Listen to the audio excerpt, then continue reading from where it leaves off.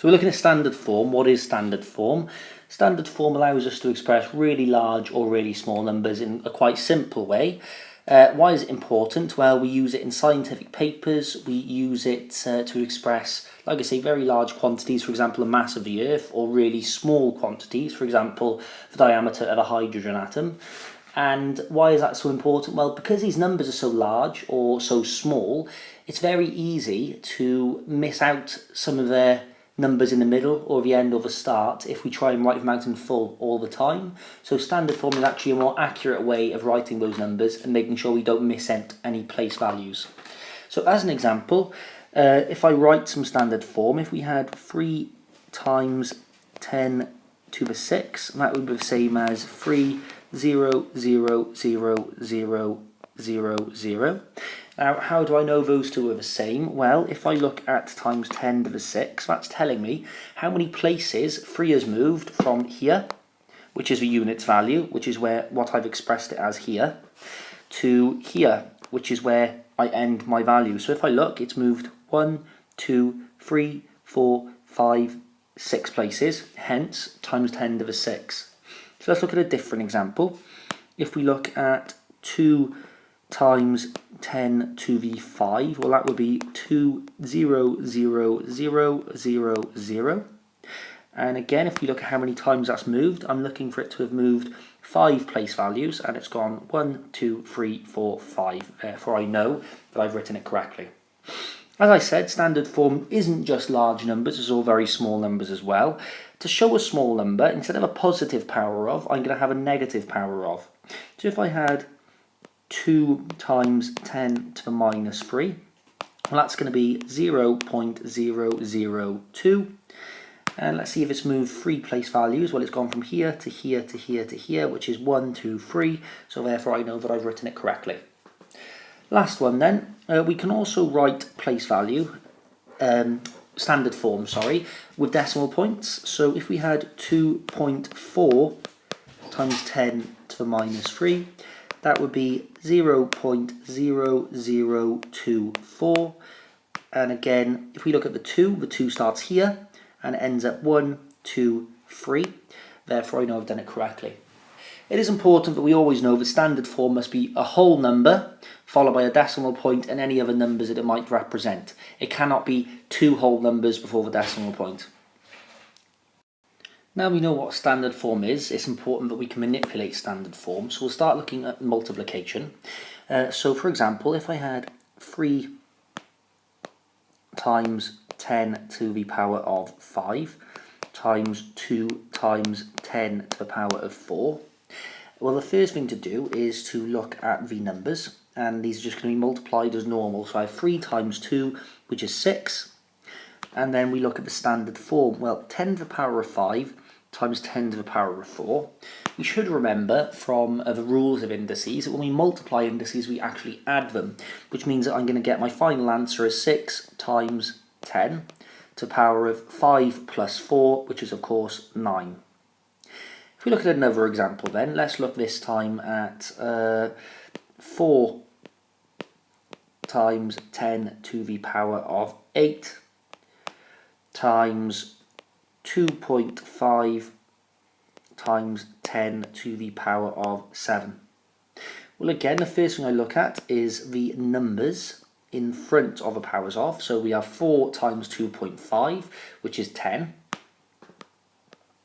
And then I look at the powers of, well, 10 to the power of 8 times 10 to the power of 7. Well, of course, that's just 8 plus 7, which is times 10 to the power of 15. Now, if you remember, I did say in the previous slide that standard form is only one whole number followed by a decimal point. Now, here, 10, which is of course 2 whole numbers, isn't actually standard form.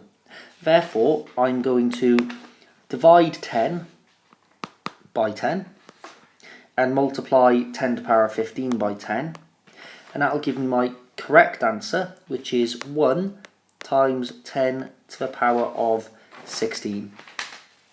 And there we have it, there's our answer. Now that we've looked at multiplication, we'll look at division. So again, we'll start off with an example. This time we'll look at 6 times 10 to the 8 divided by 3 times 10 to the 6. Well, just as with multiplication, we're going to look at the numbers first. So this time I've got 6 divided by 3, which is of course 2. And I've got 10 to the power of 8 divided by 10 to the power of 6. Well, we should remember again from rules of indices, when we divide indices we actually subtract. So I'm left with times 10 to the power of 8 take away 6, which is of course 2. Look at another example. If we have 5 times 10 to the power of 15, and that's divided by 2.5 times 10 to the 5, well, that's the same as 5 divided by 2.5, which is 2, times, well, 10 to the power of 15 divided by 10 to the power of 5 is of course 10 to the power of 10. Now that we've tackled multiplication and division, we're going to look at addition and subtraction. So again, it's easier if we start with an example, and this time we're looking at 9 times 10 to the power of 5 plus, let's go with 2 times 10 to the power of 5. Now these ones are actually quite simple because with addition I just look at the numbers. I have 9 and 2, which gives me 11. Now because it's both times 10 to the power of 5, that stays as times 10 to the power of 5. But we should recognise that this is of course not in standard form, so we're going to change that by dividing this by 10 and multiplying this by 10 to keep it the same, which will of course be 1.1 times 10 to the power of 6.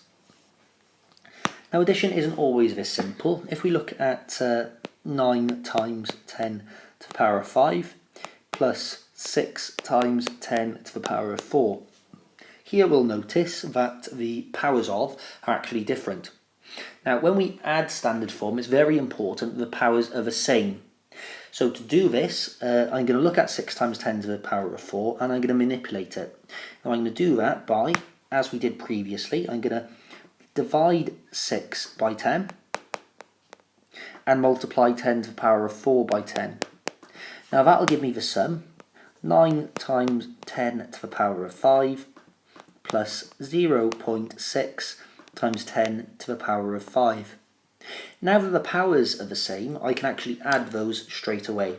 So 9 plus 0.6 is 9.6, and times 10 to the power of 5 gives me my final answer. Now that we've looked at addition, let's look at some subtraction. Okay, so subtraction is very similar to addition. When I say it's very similar, it has the same rules, as in the powers of need to be the same so that we can just subtract the numbers straight away. So if we look at an example, we'll start with an easy one and we'll just have 9 times 10 to the 8 take away 4 times 10 to the 8. Because the powers are the same, I can just straight away subtract. 9 take away 4 gives me 5, so that's 5 times 10 to the power of 8. However, as previously, we'll look at one where the powers are different. This time we'll look at 9 times 10 to the 8 take away 6 times 10 to the 7. Now automatically we should notice the powers are different, which means we can't just add, or we can't just subtract straight away. So I'm going to change 6 times 10 to the 7. To do that, I'm going to make it to times 10 to the power of 8, which means I divide 6 by 10 and multiply times 10 to the power of 7 by 10, which leaves me with 9 times 10 to the 8, take away 0.6 times 10 to the 8, which is of course 8.4 times 10 to the power of 8.